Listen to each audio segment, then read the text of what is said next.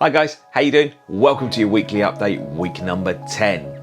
So before we start, I must make you aware that there might be some more noise in the background today. No, it's not Nigel, he hasn't come back, don't panic. The contractors are resurfacing the whole estate at the moment, so they're laying down brand new tarmac, which is fantastic news, but it's incredibly noisy. So I've got contractors, I've got lorries, I've got beeping, I've got drilling, I've got all sorts going on. Hopefully it won't come through on this video, but if it does, that's what it is. So where are we this week? Well, we've got loads to talk about. Let's start with our little day trip to Cambridge, shall we, with the MG. Now, I was hoping to get Colin to do a little mini report on this for you, but unfortunately he's not talking to me. I've tried to call him, I've tried to FaceTime him, I've messaged him, I've emailed him, and he's just refusing to talk to me because of what happened on our little road trip. He's so upset that he's ignoring me. Now, I will continue to try and contact him for you because I know he's your favourite. And yeah, if we start the hashtag #ComeBackColin, we might be able to start a campaign and get Colin back on the channel. Hopefully. I'll do it for you guys. So what have I done that's upset him so much? Well, as I explained in the last video, we had got an offer from the MG Owners Club that they would do a free inspection of our car, which I was happy to take up because I know nothing about cars, and we bought the car on a whim. It could have been an absolute banger as far as we know, because as I say, my mechanical knowledge is zero.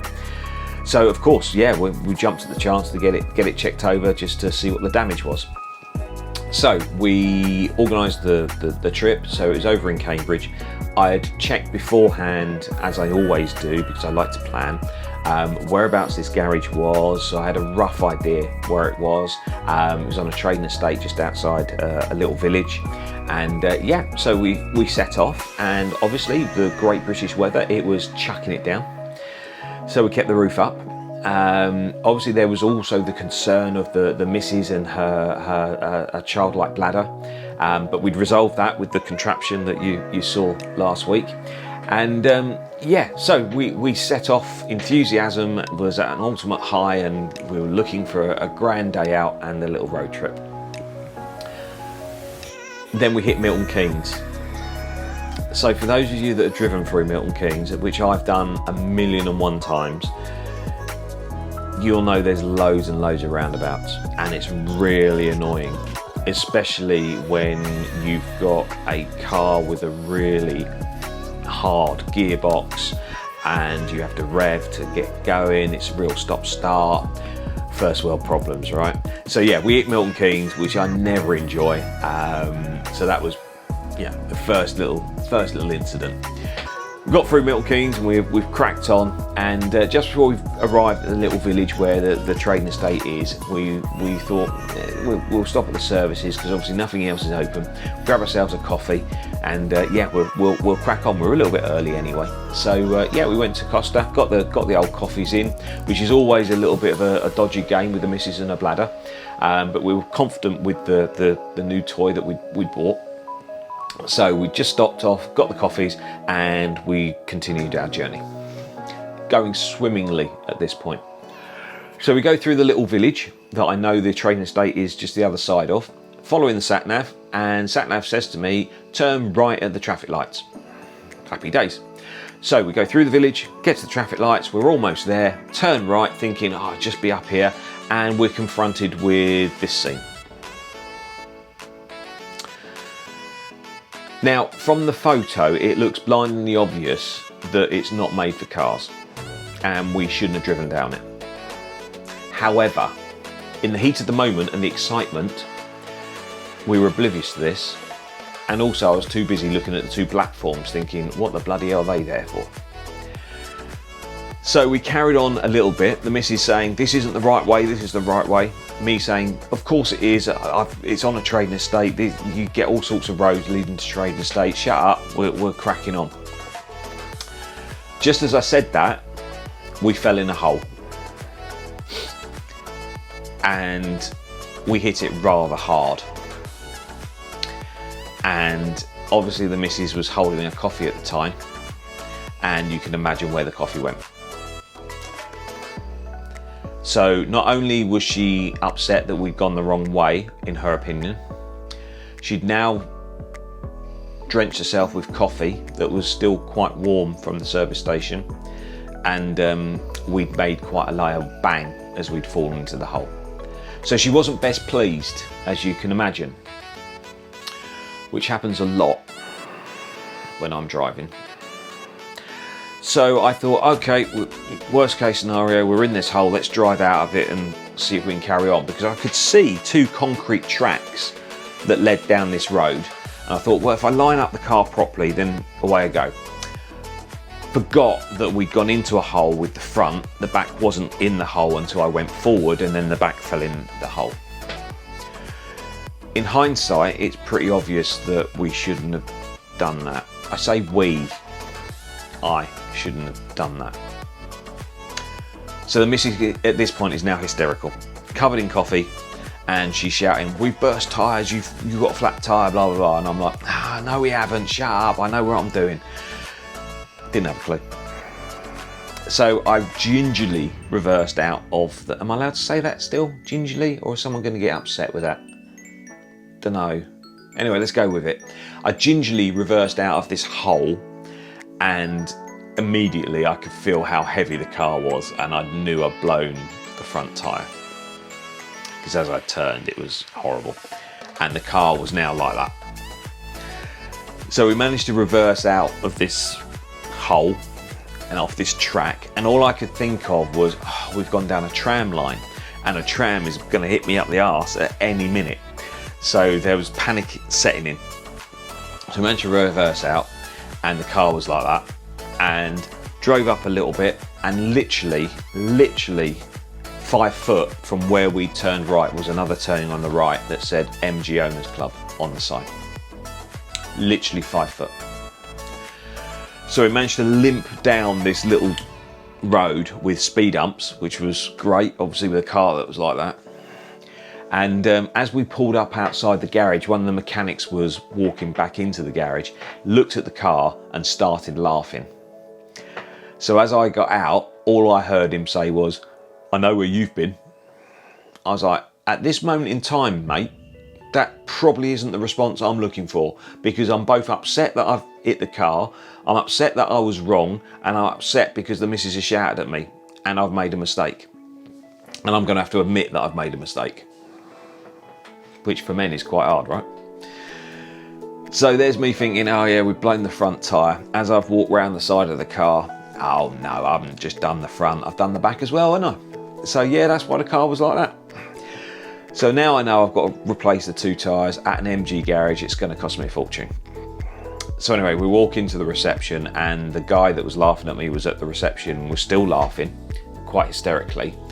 And he explained exactly what we had done, that we'd fallen down a hole. But the reason we'd fallen down the hole is the road that we had driven down was actually an old railway line, which is why there was platforms. And it's now been converted to a guided bus lane. Now, as soon as he said guided bus lane, I was thinking they're doing open air guided tours to Cambridge down this bus lane. Why on earth did they not just put concrete down all the way so everything could drive down it? A guided bus, if you're not aware of it, which I wasn't, means exactly that. It's a bus that's guided by rails. So you've got a normal bus with wheels and a driver, but you've got little training wheels that stick out the front, in front or behind the front wheels of the main bus. There's rails down the side of this track, and the bus is guided like a train down this track. So the driver presses go, sits back, and has a whale of a time. And they were hooning. down this track, absolutely motoring down this track. Apparently the council had spent millions on this fantastic new idea, and the hole that we'd fallen down was actually called a car catcher to stop people driving all the way down this track to Cambridge. And we'd fallen in it, and the car catcher had done exactly what it was supposed to do, and yeah, broken our car. So on one hand, I felt like a complete and utter goon for doing it, but on the plus side, I wasn't the first, and I definitely won't be the last, but it won't be me again if I go back, because I now know about it. So anyway, long story short, the car was fine. It passed all its tests, which was fantastic. So we haven't bought a banger, which is the good news. However, the 2 tyres, the tracking and everything else cost me 250 quid. Yeah. So that hit a bit of a sore point. Also, it took longer. The appointment was for an hour, but because of the tyres, it was going to take up to 2 hours. So because of social distancing, etc., we couldn't wait in the little waiting area. We had to go out. And as I said earlier, the weather wasn't fantastic. It was sun, it was rain, sun, rain, and nothing was open in this little town or village. And we had to sit on the green on really uncomfortable benches in the sun, the rain, etc. We then went for a little walk, and obviously by this time the coffee had gone through my wife's system, and she needed a wee, and we'd left the contraption in the car, which was in the garage.